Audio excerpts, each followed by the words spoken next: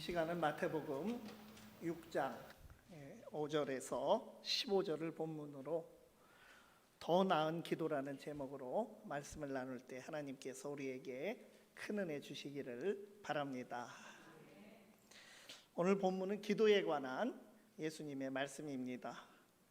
마태복음 6장 전반부 1절에서 18절까지는 유대인의 세 가지 대표적인 경건 실천, 구제, 기도, 금식에 관하여 말씀하신 내용이 들어 있습니다. 그런데 그 안에서 기도에 관한 말씀, 오늘 본문을 보면 구제는 2절에서 4절이고 뒤에 이제 16절에서 18절에 금식에 관한 내용이 나오는데 중심을 차지하면서 가운데 5절에서 15절로 아주 많은 분량을 월등하게 길게 차지하고 있는 것을 볼 수가 있습니다.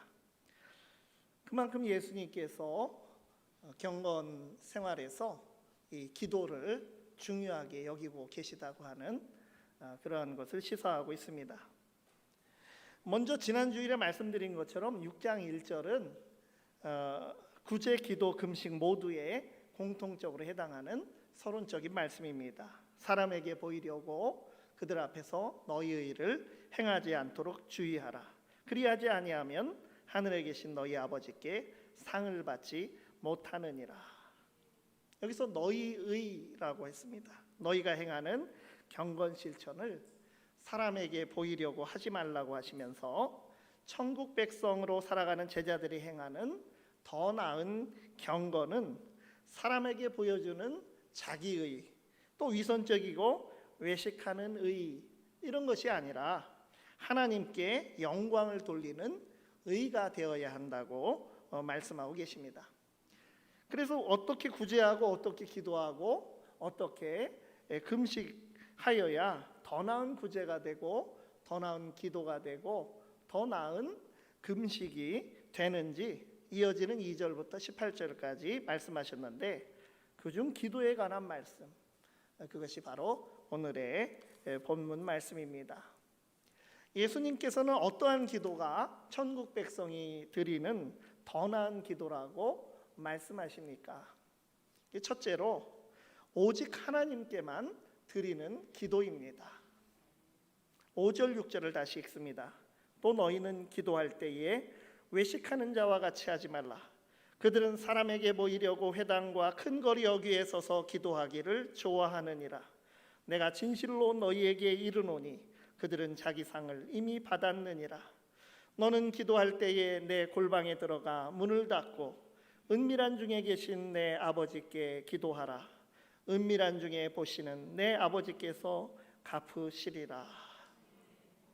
지난주에 구제에 관한 말씀과 아주 나란하게 전형적인 말씀으로 표현하면서 중간에 몇 가지만 바뀌어 있습니다.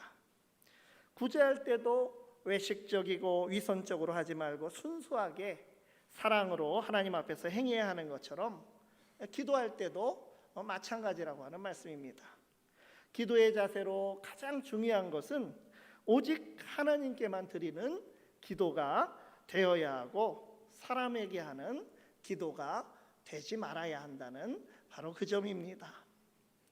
당시 경건한 유대인들은 하루 3번 아침, 정오, 저녁 기도를 했습니다. 18가지 이제 유대인들이 기도 제목을 공적으로 정해 놓은 그 18기도문이라는 그 기도문을 외우고서 개인 기도를 이제 드리게 됩니다. 회당에서 하기도 하고 길을 가다가 길에 서서 기도하기도 해서 보통 유대인들의 기도는 서서 하는 기도가 아주 일반적이기도 했습니다. 제가 예전에 성지순례를 가서 이스라엘에서 버스를 타고 이동하다가 휴게소에 들어가게 됐는데 그때 이스라엘 여학생들이 탄 단체 버스가 거기 들어오더니 그중 여러 학생이 휴게소 뒤편에 그 담장 쪽으로 그 너머는 이제 광야가 펼쳐지는데 거기를 향해서 띄엄띄엄 서서 작은 책자를 들고 그저 그 앞뒤로 이렇게 움직이면서 기도하고 있는 그런 모습을 목격을 했습니다. 중얼중얼. 그 당시는 무엇을 하는 것일까 생각을 했죠. 이 다른 여학생 중에는 그 당시에 세계적으로 이 싸이의 강남 스타일이 유행하다 보니까 저를 보고 그냥 오빤 강남 스타일 이렇게 말을 그냥 한국말로 걔들이 하더라고요. 그때만 해도 제가 싸이보다는 좀 인물이 낫다고 생각해서 거기에 별로 제가 응답을 하질 않았습니다. 그래서 그 경건한 유대인 여학생들, 그들은 기도 시간을 지키면서 서서 잠시 기도를 드린 것입니다. 그렇게 정통 유대인들에게는 지금도 여전히 기도가 중요한 경건 실천입니다.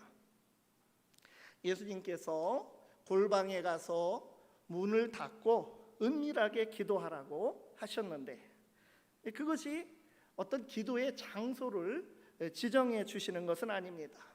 우리가 어디에서 기도하든 그 기도가 사람에게 보이려고 하고 또 사람이 듣게 하면서 자기 의가 드러나게 하는 기도가 되지 말아야 합니다. 그렇다고 해서 예배 중에 우리가 공적으로 대표 기도, 회중들 앞에서 하는 기도도 하지 말라는 말씀도 당연히 아닙니다. 외식하는 기도, 그것을 예수님께서는 비판하신 것입니다. 회당이나 큰 길 어귀에서 하는 기도라 하더라도 그가 하나님을 순전히 생각하면서 하나님께 집중하는 기도가 될 수도 있을 것이고, 은밀한 골방에서 드리는 기도라도 이 사람들에게 나는 이렇게 골방에서 기도한다고 은근하게 자랑하는 기도가 될 수가 있는 것입니다. 중요한 것은 오직 하나님께만 드리는 기도가 되도록 하라는 것입니다. 사람을 의식하는 기도가 아니라 오직 하나님을 향하여 전심으로 기도해야 합니다. 우리가 기도할 때에 눈을 감고 하는 것도 그것은 바로 하나님께만 집중하기 위해서 그렇게 하는 것입니다. 무슨 일이 있어도 꼭 눈을 감으라는 법은 아닐 것입니다. 아무래도 집보다는 조용한 예배당이 나을 것이고, 일과를 시작하기 전인 새벽이나 일과를 다 마친 잠자기 전이 나을 것이고, 길에서보다는 방해받지 않는 공간이 하나님께 집중하는 기도에 도움이 될 것입니다. 우리가 어거스틴이라고도 영어식으로 부르기도 하는 그 아우구스티누스는 예수님이 말씀하신 골방을 어디서나 하나님과 단둘이 교제할 수 있는 사람의 심령이라고 또 말하기도 했습니다. 골방은 당시 시대적 배경을 보면 이스라엘 지역에서 그 집의 허름한 창고를 의미하는 말입니다. 형편이 넉넉지 않은 서민의 집에서 문을 잠그고 또 창문이 없고 은밀하게 기도할 수 있는 유일한 곳이 바로 이 골방이었습니다. 어떻게 보면 이것은 초라하고 또 성스러운 것과는 거리가 먼 장소일지 모르겠지만, 그러나 골방에서 기도하라고 하는 이 말씀을 우리가 곱씹어 본다면 기도하는 환경은 중요하지 않다고 하는 그런 뜻도 되는 것입니다. 사람에게 보이려는 것이 아니라 하나님께만 아뢰는 마음으로 드리는 기도라면 그것은 장소와 무관하게 예수님이 말씀하신 은밀한 기도입니다. 하나님께 드리는 기도, 오직 하나님만을 향한 기도를 드려야 함은 기도의 기본이라고 하는 것입니다. 그러나 기도를 자기 신앙의 우월함을 드러내는 그런 방식으로 삼거나 사람들 들으라고 하는 그런 기도도 우리가 경험하게 됩니다. 공중기도를 마치 설교처럼 하기도 하고, 기도를 하나님께 하는 것이 아니라 듣는 사람들을 교훈하려는 기도를 하기도 합니다. 하나님께 드리는 기도라는 명분 아래서 본인이 하고 싶은 말들을 하고, 혹은 기도하면서 좋은 말들을 써서 사람들의 인정을 받기를 기대하기도 합니다. 또는 기도해야 할 그런 경우인데 사람들의 눈 때문에 기도하지 못한다면 또 그것도 역시 사람의 눈을 의식하면서 기도 생활을 하는 것입니다. 기도는 하나님께 드리는 것인데 사람을 보며 사람에게 전달하고자 하는 기도만으로 이렇게 치우친다면 마치 우리가 어떤 사람과 중요한 대화를 하고 있으면서 옆 사람을 쳐다보고 말하는 것과 같은 그러한 무례한 일이 될 것입니다. 기도의 대상 오직 하나님이십니다. 이 단순한 사실, 기도의 기본을 잊지 말고 기도할 수 있기를 바랍니다. 두 번째로 하나님을 굳게 믿고 드리는 기도입니다. 7절 8절을 봉독합니다. 또 기도할 때에 이방인과 같이 중언부언하지 말라. 그들은 말을 많이 하여야 들으실 줄 생각하느니라. 그러므로 그들을 본받지 말라. 구하기 전에 너희에게 있어야 할 것을 하나님 너희 아버지께서 아시느니라. 예수님께서는 유대인들의 외식하는 기도에 대해서 비판하시면서 이번에는 이방인들의 중언부언하는 기도를 비판하십니다. 말을 많이 하지 않아도 하나님께서 다 알아들으시고 실은 구하기도 전에 하나님께서 다 아신다는 말씀입니다. 성도 여러분, 하나님께서는 우리의 형편을 다 아시고 우리의 어눌한 기도에도 반드시 들으시고 응답하여 주십니다. 예수님께서는 기도 응답을 확신하면서 기도하라는 말씀을 지금 하고 계신 것입니다. 이방인들이 중언부언하거나 말을 많이 하면서 드리는 기도, 이것은 기도 응답의 확신이 없기 때문에 그러는 것입니다. 중언부언이나 많은 말은 이방인들의 종교 생활에서 기도문을 반복하여 외우는 것을 의미합니다. 자기가 믿는 신의 이름을 반복하여 계속 외치며 기도하거나 많은 신의 이름을 전부 다 열거하면서 기도하기도 하였습니다. 기도를 마치 주문을 외우듯이 하였던 것입니다. 로마에 가면 가신 분들이 많을 텐데 거기 가면 꼭 들르는 곳 중에 하나 판테온 신전이 있습니다. 돔 형식으로 되어 있고 그 둥근 돔 정가운데에 둥근 구멍이 뚫려 있습니다. 아주 건축적으로도 뛰어난 건물인데 7세기부터는 성당으로 쓰이기도 했지만 이 판테온이라고 하는 이름은 판이라고 하는 그 모든이라는 뜻과 테우스라고 하는 신이 합쳐진 그런 모든 신을 섬기는 신전이라는 뜻입니다. 그래서 한자로는 만신전이라고 이것을 표기하기도 합니다.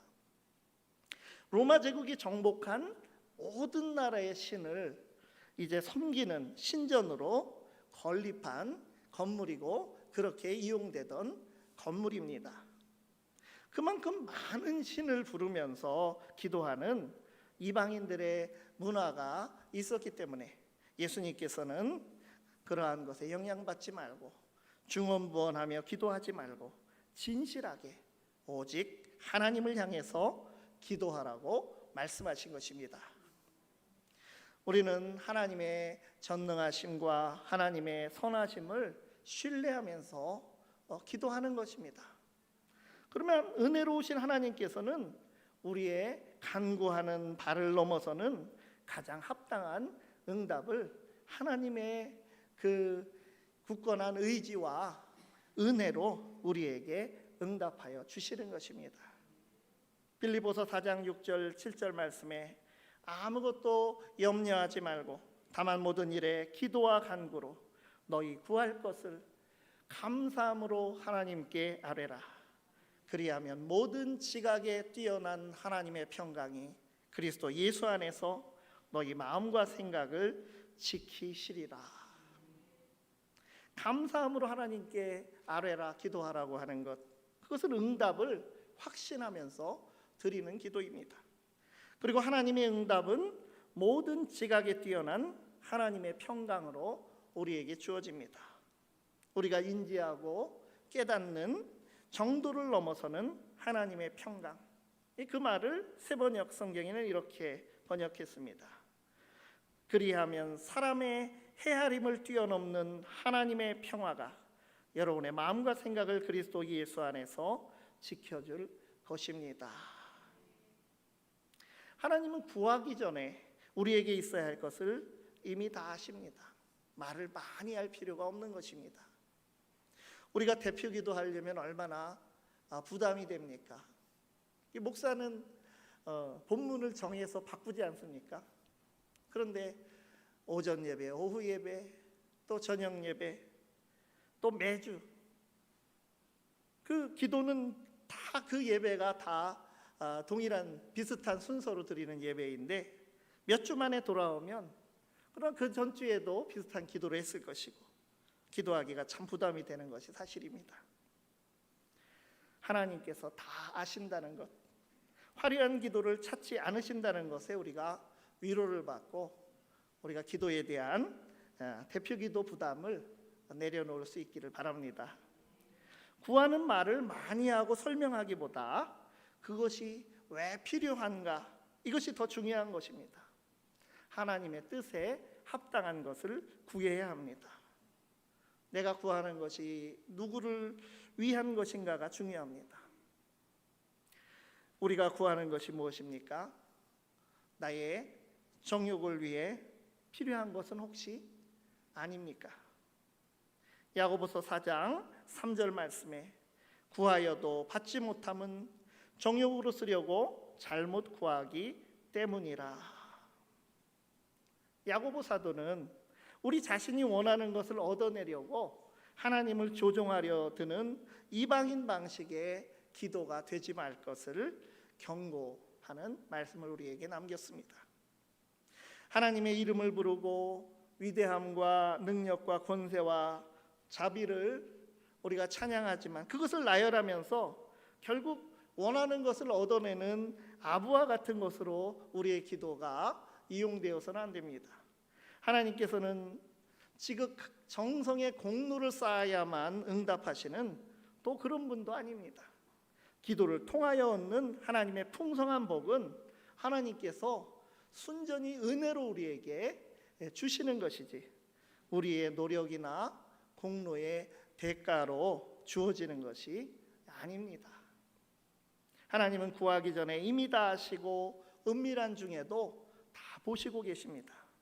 하나님의 뜻을 헤아리며 우리의 지각하는 수준을 뛰어넘는 인간의 계산을 뛰어넘는 하나님의 평강, 하나님의 그 샬롬, 그 온전함을 이루심을 기대하며 우리가 간절히 기도하여서 하나님의 풍성한 응답의 은혜를 누릴 수 있기를 바랍니다. 세 번째로 용서하며 드리는 기도가 더 나은 기도입니다. 예수님께서 외식하는 기도, 또 중언부언하는 기도, 이것을 비판하시면서 기도의 모범인 주기도문을 가르쳐 주셨습니다. 그리고 기도에 관한 이 말씀 단락 전체의 마지막 부분인 14절 15절에서 용서에 관한 말씀으로 이 기도에 대한 권면을 마치셨다는 것에 우리가 주목을 합니다. 14절 15절 말씀에 너희가 사람의 잘못을 용서하면 너희 하늘아버지께서도 너희 잘못을 용서하시려니와 너희가 사람의 잘못을 용서하지 아니하면 너희 아버지께서도 너희 잘못을 용서하지 아니하시리라. 이 사람 사이의 용서가 얼마나 중요하면 기도에 관하여 교훈을 주시면서 용서하라고 권고하면서 마무리를 하시겠습니까? 이 말씀을 붙여놓으신 것을 보면 지금까지 기도가 오직 하나님께 집중하며 전심으로 하나님을 향하여 드리는 것이고 사람에게 보이기보다 하나님께 드리는 기도임을 강조해 오셨는데 그것 못지않게 그런 하나님과의 관계 말고도 기도하는 사람과 다른 사람과의 관계도 중요함을 또한 시사하시는 것입니다. 구제가 단순히 사람에게만 베푸는 선행이 아니라 하나님께 드리는 경건행위인 것처럼 기도가 하나님께 드리는 경건 실천과 하나님의 용서를 구하는 것을 포함할 뿐 아니라 내가 다른 사람을 용서하는 것과도 밀접하게 연결이 되어 있다는 것입니다. 그렇다고 이 말씀을 문자 그대로 우리가 우리 삶에 적용할 것은 아닙니다. 내가 용서해야 그 행위를 보고서 하나님께서 비로소 반응하셔서 용서하신다, 이런 말씀으로 주신 것은 아닙니다. 하나님의 우리를 향한 용서는 전적으로 하나님의 은혜로 주시는 것입니다. 다만 예수님께서 경고의 뜻으로 약간의 엄포를 주시듯이 강하게 용서에 대한 권면을 지금 하시고 있는 것입니다. 형제자매와 이웃을 용서하고 원수를 사랑하라고 다시 한번 말씀하시는 것입니다. 하나님께 감사 기도를 드리고 또 용서를 구하며 그리고 수많은 간구의 기도를 우리가 드리면서, 그런데 너희는 형제자매의 잘못을 용서하지 못하느냐고 말씀을 하십니다. 이 말씀 앞에 우리는 누구 하나 떳떳하게 서 있지 못하기 때문에 우리는 겸손히 이 말씀을 받아들여야 합니다. 용서해야 합니다. 기도가 사람과 관계없이 오직 하나님을 향하여 은밀하게 드리는 기도이며 하나님을 온전히 믿고 드리는 순수하게 하나님과의 관계에 속한 것임에도 우리가 기도하면서 적어도 사람을 의식해야 하는 유일한 부분을 예수님께서 마지막에 콕 집어서 우리에게 지금 말씀하여 주시는 것입니다. 다른 사람에게 보이려고 하고 들으라고 미사여구를 동원하고 칭찬받기 위한 그런 기도 당연히 지양하고 하지 말아야 하겠지만, 내 마음속, 나의 골방인 나의 심령에서 하나님과의 순전한 만남을 방해하게 하는 요소, 나의 심령에서 걸리는 사람, 내가 용서하지 않고는 내 기도에 장애가 되고 나와 하나님 사이에서 경건 실천에서 반드시 해결하고 털어버려야 하는 사람이 있다면 그를 용서하라고 하는 예수님의 말씀입니다. 용서하라는 예수님의 말씀을 듣고 우리가 용서하면서 기도해서 그 기도가 더 나은 기도가 되고 그 용서하는 기도를 드림으로 우리의 삶이 더욱 하나님의 은혜로 풍성하기를 간절히 바랍니다. 기도하겠습니다. 하나님, 기도를 통하여 하나님과 교제하게 하심을 감사드립니다. 기도가 단순히 경건함을 사람에게 드러내거나 사람의 정욕을 채우는 수단이 아니라 은밀한 기도 가운데 오직 하나님께만 드리는 기도, 응답하실 것을 확신하며 드리는 기도, 주님처럼 용서하며 드리는 기도가 되도록 저희를 도와주시옵소서. 예수 그리스도의 이름으로 기도드리옵나이다. 아멘. 찬송